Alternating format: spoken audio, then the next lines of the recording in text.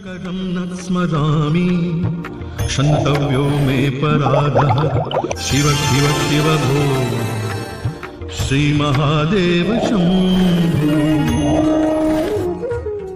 ज्योतिष में आस्था और विश्वास रखने वाले सभी दर्शकों को प्यार भरा नमस्कार। मेरे इस YouTube चैनल ज्योतिष अथय ज्ञान सागर को सब्सक्राइब करें और साथ ही साथ बेल आइकॉन के बटन को प्रेस करें ताकि सभी नोटिफिकेशन आपको मिलती रहें। वीडियो में दी गई जानकारी अगर आपको महत्वपूर्ण और ज्ञानवर्धक लगती है तो इसको शेयर और लाइक करना ना भूलें ताकि आपका प्यार और सपोर्ट इसी तरह से मुझे मिलता रहे। पिछले 2 वीडियो में मैं आपको बता चुकी हूँ कि मेष राशि और वृष राशि वालों को गुरु का ये जो परिवर्तन हुआ है अपने मूल त्रिकोण धनु राशि को छोड़ करके वह मकर राशि में चले गए हैं, जहां पर पहले से ही शनि विद्यमान है और ये शनि की ही राशि है।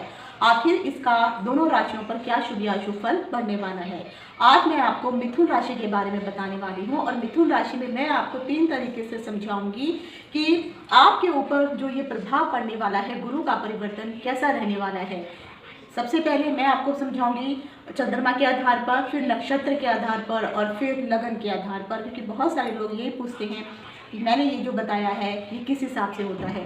हालांकि देखा जाए कि जो भी हम देखते हैं जो गोचर का परिवर्तन होता है, यहाँ पे गोचर का अर्थ होता है गो मतलब गाय और चर का मतलब चरना। तो गाय जो चरती है तो इसमें आप सोच सकते हैं कि जो चंद्रमा है, चंद्रमा के चारों तरफ जो बाकी के जो प्लैनेट है ये चल रहे हैं, यानी ये मूव कर रहे हैं। तो इसी जिस प्रकार से गाय चरती है, घास चरने के लिए जाती है, उसी प्रकार से ये सारे प्लैनेट भी चंद्रमा के इर्द गिर्द चलते रहते हैं और फिर इसीलिए हम इसको गोचर का प्रभाव कहते हैं। तो इस वक्त का जो है, क्योंकि हम चंद्रमा के आधार पर ही ज़्यादातर देखते हैं, जितना भी हमारा राशिफल होता है और गोचर का जो भी प्रभाव होता है सब चंद्रमा के द्वारा ही देखा जाता है, इसीलिए हम हमेशा चंद्र राशि को ही प्रधानता देते हैं। लेकिन आप लोगों का जो लगन होता है, क्योंकि करोड़ों कुंडलियाँ होती हैं अलग अलग तरह की, तो लगन के हिसाब से इसमें प्रभाव अलग हो जाएगा। फिर हर राशि के अंदर जो है 3 नक्षत्र विद्यमान होते हैं जो 4 चरण के होते हैं और ये 9 चरण मिलकर के ही जो है एक राशि का निर्माण करते हैं। तो वो भी आपको देखना बहुत जरूरी है कि आखिर ये नक्षत्र भी आपके लिए चंद्रमा की तरह शुभ या अशुभ फल दे रहे हैं या नहीं दे रहे हैं। तो आज के वीडियो में मैं आपको बताने वाली हूँ कि गुरु का जो ये राशि परिवर्तन हुआ है ये मिथुन राशि वालों के लिए कैसा रहने वाला है। तो मैं डिम्पल शानिलिया ज्योतिष अथय ज्ञान सागर के माध्यम से अपने सभी नए और पुराने दर्शकों का हार्दिक स्वागत करती हूँ। नमस्कार। आप व्हाइट बोर्ड पे कुंडली का चार्ट देख रहे हैं। कुंडली में मैंने जो है मिथुन लगन की और मिथुन राशि की कुंडली बनाई है। लगन से अगर आप देख रहे हैं तो आपको ये 20% का प्रभाव देगा और चंद्रमा से आपको 80% का प्रभाव देने वाला है। तो सबसे पहले हम लगन का आधार देख लेते हैं। लगन में जिन लोगों का भी मिथुन का लगन है तो लगन के हिसाब से आपको सिर्फ गुरु का प्रभाव देखना है। तो सबसे पहले आप अपने लगन के चार्ट में देखिए कि गुरु जिनका भी मिथुन लगन है उन लोगों के लिए गुरु, मिथुन लगन वालों के लिए गुरु शुभ होता भी है या नहीं है, पहले तो हम ये चेक करेंगे। तो गुरु की आपको पता है कि 2 राशियां होती हैं, एक होती है धनु और दूसरी होती है मीन। तो गुरु की जो धनु राशि अगर आप देखेंगे तो यहाँ पर आकर के बैठी हुई है, जो आपके लगन में बैठी हुई है।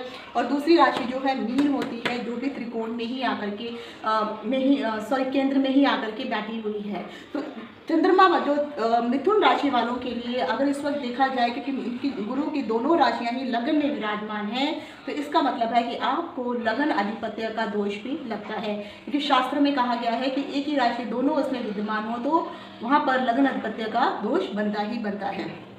दूसरी चीज़, उसकी जो दूसरी राशि, जो उच्च राशि होती है, कर्क राशि होती है, वो यहाँ पर आकर के बैठी हुई है, क्योंकि यहाँ पे गुरु उच्च के हो जाते हैं।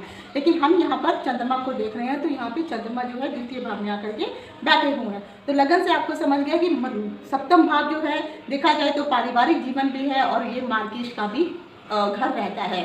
तो जिन लोगों की अभी ये मान के चलिए कि जो भी लोगों की इस वक्त दशा, अंतरदशा, महादशा, प्रत्यांतर दशा अगर चल रही है गुरु की, तो उन लोगों के लिए अगर उनका मृत्यु खंड आ गया है या मृत्यु काल आने वाला है तो चाहे कितने अधिक ग्रह क्यों ना हो मार्केश बन के बैठे हुए हों, तो गुरु सबसे बाहरी ग्रह है। तो गुरु सबको आदेश देता है कि तुम सब साइड हो जाओ, सिर्फ मैं ही आकर के इस जातक की मृत्यु का आदेश फलित करूँगा। तो गुरु मार्केश भी बन जाते हैं।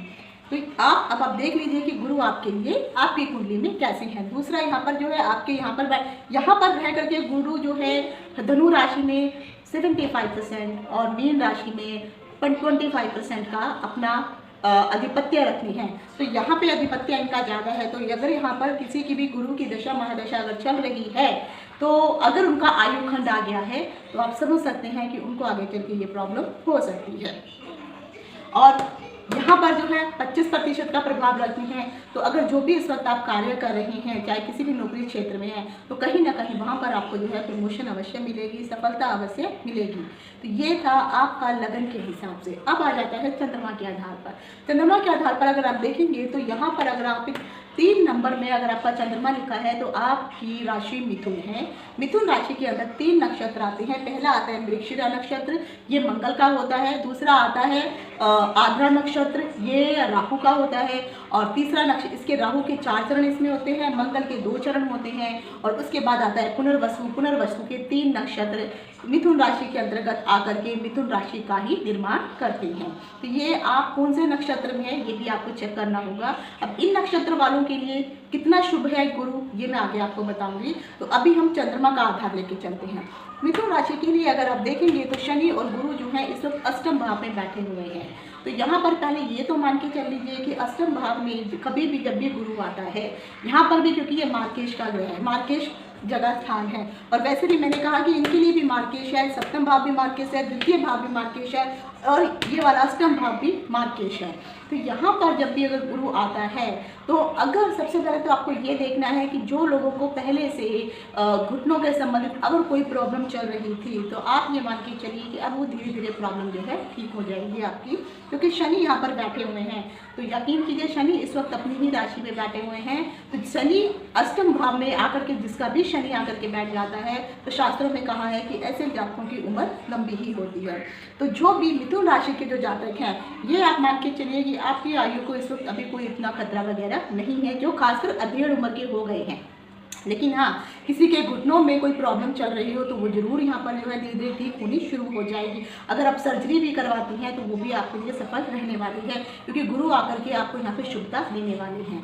तीसरी चीज़, जो लोग, क्योंकि ये जो होता है गुप्त विद्याओं का, गुप्त धन का, गुप्त कलाओं का भी और रहस्यमय चीज़ों का ये भाव बताया गया है। तो शनि भी आपको जो है अध्यात्म की तरफ लेके जाते हैं, गुरु भी लेके जाते हैं, लेकिन दोनों के अध्यात्म में बहुत फर्क है। तो जो लोग गुप्त विद्याओं की तरफ अग्रसर हैं या गुप्त कलाओं को सीखना चाहते हैं, तो उनके लिए ये बहुत अच्छा पीरियड है। तो अगर आप इस प्रकार की कोई चीज़ विद्या या आपका मन कर रहा है ये सब सीखने का, तो आपका ये पीरियड शुभ है। तो यहाँ पर आप करके, क्योंकि गुरु भी है अध्यात्म को देता है, और शनि भी अध्यात्म को देता है। लेकिन गुरु का जो अध्यात्म होता है वो प्रकाश में होता है, लेकिन जो शनि जो अध्यात्म की तरफ लेके जाता है, ये शांत होता है, एकांत होता है, अकेला होता है, अंधकार में होता है। क्योंकि आपने हमेशा देखा होगा जितने भी साधु संत हैं वो कभी ग्रुप में नहीं रहते हैं। वो हमेशा जब भी उनको कोई तपस्या करनी हो, तो जंगलों में दूर कहीं एकांत में वास करते हैं।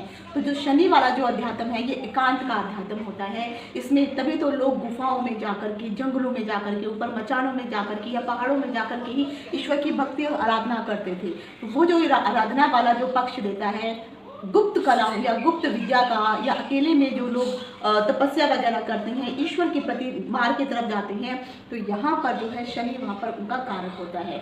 और गुरु भी जो है अध्यात्म का ही मार्ग है, लेकिन जो गुरु का अध्यात्म है वो शनि के अध्यात्म से थोड़ा अलग हो जाता है। तो गुप्त कलाओं के प्रति, और यहाँ पर आकर के गुरु आपको कहीं ना कहीं जो है गुप्त धन मिलने की भी कहीं ना कहीं आपको बात बता रहे हैं। तो ये हो गया अष्टम में बैठा हुआ गुरु आपको क्या फल देता है। अब आ जाता है इनकी दृष्टियों का। हाँ, जो लोग शनि के बारे में जानना चाहते हैं, ऑलरेडी मैं शनि ने जब गोचर परिवर्तन किया था उस समय मैं बता चुकी हूँ। डिस्क्रिप्शन बॉक्स में उसका लिंक दे दूंगी, आप वहाँ पर जा करके अपने शनि के गोचर का शुभ या अशुभ फल प्रभाव वहाँ देख सकते हैं। अब आ जाता है इनकी दृष्टि। तो गुरु की जो दृष्टियाँ होती हैं, सबसे मैंने कहा है जो मेन मुख्य दृष्टियाँ होती हैं वो होती है 5, 7, 9। तो पहले इनकी 5वीं दृष्टि देखेंगे तो 1, 2, 3, 4, 5। जो 5वीं दृष्टि है वो द्वितीय भाव पर वृष राशि के ऊपर पड़ रही है। ये 12वें भाव में बैठा हुआ है और वृष राशि में पहले से ही राहु विद्यमान है। हाँ, तो वृष राशि में राहु अपनी उच्च अवस्था में आकर के बैठा हुआ है। तो यहाँ पर बैठ के आपको, अगर आप विदेश यात्रा की तरफ जाने की सोच रही हैं, तो गुरु यहाँ पर आपको जो है मदद करने वाला है।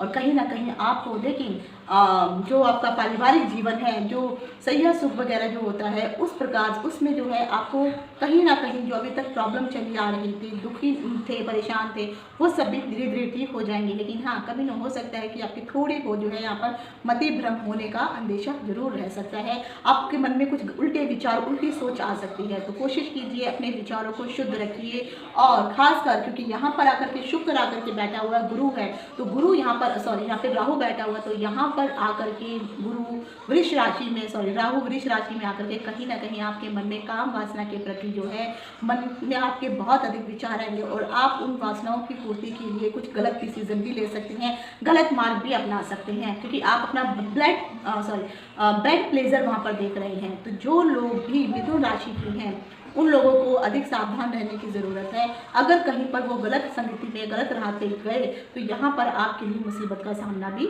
हो सकता है, क्योंकि यहाँ पर जो है नारियों के साथ अगर आप गलत संबंध रखेंगे तो वही नारियाँ आपके लिए जी का दिनजार भी बन जाएंगी।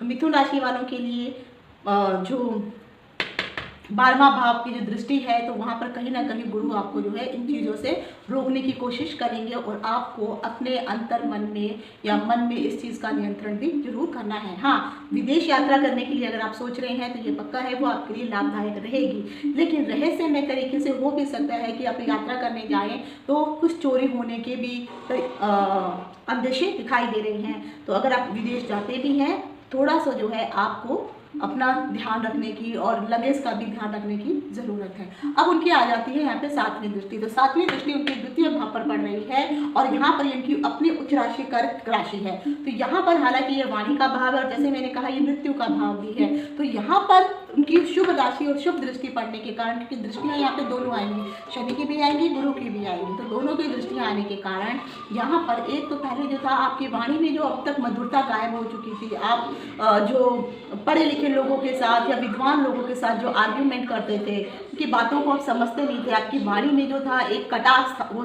आ चुका था, अब धीरे धीरे वो चीज़ जो है समाप्त होनी शुरू हो जाएगी और आपकी वाणी में भी ओजस्व आएगा, बोलने का तरीका भी आपका सुधर जाएगा।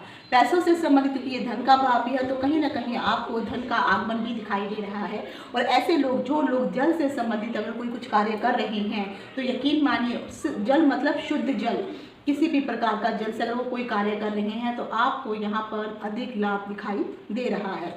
खासकर आपकी वाणी में जो है एक पावर आ जाएगी कि लोग आपकी जो अभी तक आपकी बातों को समझते नहीं थे या समझना नहीं चाहते थे, वो थोड़ा अब धीरे धीरे समझेंगे। लेकिन कोशिश आप ये कीजिए कि आपको जो पढ़े लिखे बुजुर्ग लोग हैं या जो इंटेलेक्चुअल लोग हैं, जो ब्राह्मण लोग हैं, उन सब से आपको, जो खासकर जो महिलाएं हैं, उनसे थोड़ा सा दूरी बना करके रखिए, बहस मत करिए। जो भी आपके बॉस हैं कोशिश कीजिए उनसे जो बोलते हैं उसको ध्यान से सुनने की कोशिश कीजिए, क्योंकि जो वो बोल रहे हैं वो सही है और आप उन चीज़ों को नहीं समझ पा रहे हैं।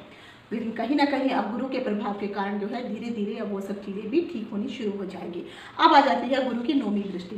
गुरु की 9वीं दृष्टि अगर आप देखेंगे तो यहाँ से 7, 8, 9, तो 9वीं दृष्टि जो है सुख के भाव पर पड़ रही है और सुख का भाव जो है माता का भाव होता है। तो यहाँ पर आपके गाड़ी, बैंक बैलेंस, ये सब चीज़ों का भाव है। और क्योंकि ये जो है मिथुन राशि वालों के लिए उच्च का भाव होता है, क्योंकि बुध ग्रह इसका जो है शुभ ग्रह, बुध ग्रह की ये उच्च की राशि होती है। तो यहाँ पर जो है बुध ग्रह कहीं ना कहीं गुरु का जो दृष्टिपात अगर यहाँ पर हो रहा है, तो आप अगर जो अब तक जो भी आपके सुखों से संबंधित कुछ भी प्रॉब्लम चल रही थी वो धीरे धीरे सब जो है ठीक हो जाएंगे। अगर आपको स्किन से संबंधित कोई प्रॉब्लम चल रही थी आपके शरीर में, धीरे धीरे वो भी अब ठीक होने वाली है, वो ठीक हो जाएगी आपके। और खासकर अगर आप कोई घर वगैरह या वाहन वगैरह लेने का भी सोच रहे हैं तो वो जरूर अब पूरा होने वाला है। और माता के साथ अगर कोई अभी तक अनबन वगैरह भी चल रही थी या स्त्रियों से साथ कोई अनबन चल रही थी, अब वो धीरे धीरे अनबन भी खत्म हो जाएगी। माँ के साथ फिर से पहले के जैसे आपके मधुर संबंध बच जाएंगे। तो ये था इनके 3 दृष्टियां जो मैंने मेन बताई हैं। अब इनकी अन्य दृष्टियां भी मैंने बताई हैं। जैसे मैंने कहा है इनकी जो एक होती है 80% की दृष्टि, जिसको हम 5वीं दृष्टि और जो है चौथी दृष्टि और 8वीं दृष्टि बोलते हैं, वो मैं अब आपको बता रही हूँ। तो 1, 2, 3, 4 जो चौथी दृष्टि है इनकी मंगल के ऊपर पड़ रही है। तो अगर मंगल यहाँ पर आपके लिए लाभकारी होने वाले हैं, अगर आप कोई जमीन जायदाद से संबंधित कुछ कार्य करने का सोच रहे हैं, कुछ लेने का सोच रहे हैं, तो जमीन से संबंधित अगर कोई कार्य करते हैं वहाँ पर भी आपको लाभ होने वाला है। और अगर आप कोई जो है जमीन खरीदने की भी सोच रहे हैं या आप कोई प्रॉपर्टी डीलर का काम भी कर रहे हैं, तो उन लोगों के लिए भी ये समय बहुत अच्छा है। तो आने वाला जो 1 साल का परिवर्तन, जो ये टाइम है, ये मिथुन राशि वालों के लिए शुभ रहने वाला है। उसके बाद आ जाती है इनकी 8वीं दृष्टि। तो जो 8वीं दृष्टि है यहाँ पे छोटे पंचम तृतीय भाव में पड़ रही है, उच्च भाव में पड़ रही है। यहाँ से जो है आपके जो भी छोटे भाई बहन हैं उनकी माँ, उनका जो है रुतबा भी बढ़ेगा, आपको भी मान सम्मान कहीं ना कहीं मिलेगा। लोग समाज में जो है लोग आपको जो है सराहेंगे, आपके कार्यों की भी प्रशंसा करेंगे और वहीं पर आपके छोटे भाई बहनों को भी कहीं ना कहीं इसका शुभ लाभ मिलेगा। उनको भी जिस कार्य में वो कर रहे हैं सफलता अवश्य प्राप्त होने वाली है। तो ये इनकी मैंने मुख्य दृष्टियाँ आपको बता दी हैं। उसके बाद अब मैं आपको नक्षत्र सिद्धांत के हिसाब से बताती हूँ। नक्षत्र सिद्धांत में अगर आप देखेंगे, जो लोग मिथुन राशि के मृगशिरा नक्षत्र में पैदा हुए हैं, मृगशिरा नक्षत्र मंगल का नक्षत्र होता है, तो मंगल के नक्षत्र में पैदा हुए लोगों के लिए ये समय बहुत ही गोल्डन जुबली टाइम है। तो जो लोग अभी तक किसी भी प्रकार के कार्य के लिए सोच रहे थे और आगे अग्रसर हो रहे हैं, तो आपके लिए ये गुरु मित्रवत व्यवहार करने वाला है। तो ये गुरु आपके लिए बहुत ही शुभ है जब तक ये गुरु इसी नक्षत्र में है, क्योंकि इस वक्त जो है ये उत्तराषाढ़ नक्षत्र में है और ये अगले 3 से 4 महीने तक इसी नक्षत्र में रहने वाले हैं। तो आप इस गोल्डन जुबली टाइम को यूज़ कीजिए, आपको अच्छा फल मिलेगा। अब आ जाता है आद्रा नक्षत्र। ये इनके 4 चरण इसी राशि में पड़ते हैं और जो लोग आद्रा नक्षत्र, मिथुन राशि के आद्रा नक्षत्र में पैदा हुए हैं, इनके लिए ये जो मैंने समय बताया है बहुत ही घातक है, परेशानी भरा है और बद का मतलब आपको मृत्यु तुल्य कष्ट भी हो सकता है। जैसे मैंने कहा था कि यहाँ पर आकर के ये मार्केश बन के बैठे हैं, लेकिन मारेंगे नहीं, लेकिन आपको मृत्यु तुल्य कष्ट अवश्य होगा। तो कोशिश कीजिए आने वाले 4 महीने आपको बहुत ही सावधानी पूर्वक व्यतीत करने हैं। अगर कहीं आपको कोई एक्सीडेंट वगैरह भी हो सकता है, तो आपको जो चोट लगेगी सबसे ज़्यादा वो आपके घुटनों के आसपास चोट लगने के चांसेस ज़्यादा हैं। तो ये आपको अपने शरीर की रक्षा करनी बहुत अधिक जरूरी है। किसी के साथ झगड़ा मोल मत लीजिए अननेसेसरी, नहीं तो आप जो है प्रॉब्लम में फंस सकते हैं। उसके बाद आ जाता है पुनर्वसु नक्षत्र। ये गुरु का नक्षत्र होता है और यहाँ के 3 चरण जो है मिथुन राशि में आते हैं। मिथुन राशि के गुरु पुनर्वसु नक्षत्र में जिनका भी जन्म हुआ है, ऐसे लोगों के लिए सक्सेस भरी, सफलता भरा समय है। तो जो लोग, जिनको अभी तक जॉब से संबंधित कोई प्रॉब्लम चल रही थी या जिनका भी विवाह वगैरह नहीं हो रहा था या किसी भी प्रकार का जो भी मैंने प्रॉब्लम आपको बताई है या जो भी मैंने अभी शुभता वाली चीज़ें आपको बताई हैं, तो ये जो अगले 4 महीने हैं जब तक गुरु उत्तराषाढ़ नक्षत्र में विद्यमान है, तब तक आपके लिए सिर्फ सफलता ही सफलता मिलने वाली है। तो आप इस टाइम को बहुत अच्छे से यूज़ कीजिए। नौकरी ढूंढ रहे हैं तो नौकरी की तलाश कीजिए आपको, और ख़ासकर ऐसा काम जो पानी से संबंधित हो, जो लिक्विड से संबंधित हो। लिक्विड किसी भी प्रकार का हो सकता है। अगर मिथुन राशि वाले लिक्विड से संबंधित किसी प्रकार की किसी कंपनी में जाकर के काम करते हैं, उनको बहुत अधिक फायदा होने वाला है। तो ये आज जो मैंने आपको बताए हैं मिथुन राशि के तीनों नक्षत्रों के आधार पर, चंद्रमा के आधार पर और लगन के आधार पर कि आपको ये गुरु का परिवर्तन कैसा रहने वाला है। तो आज यहीं तक। इति शुभम, नमस्कार।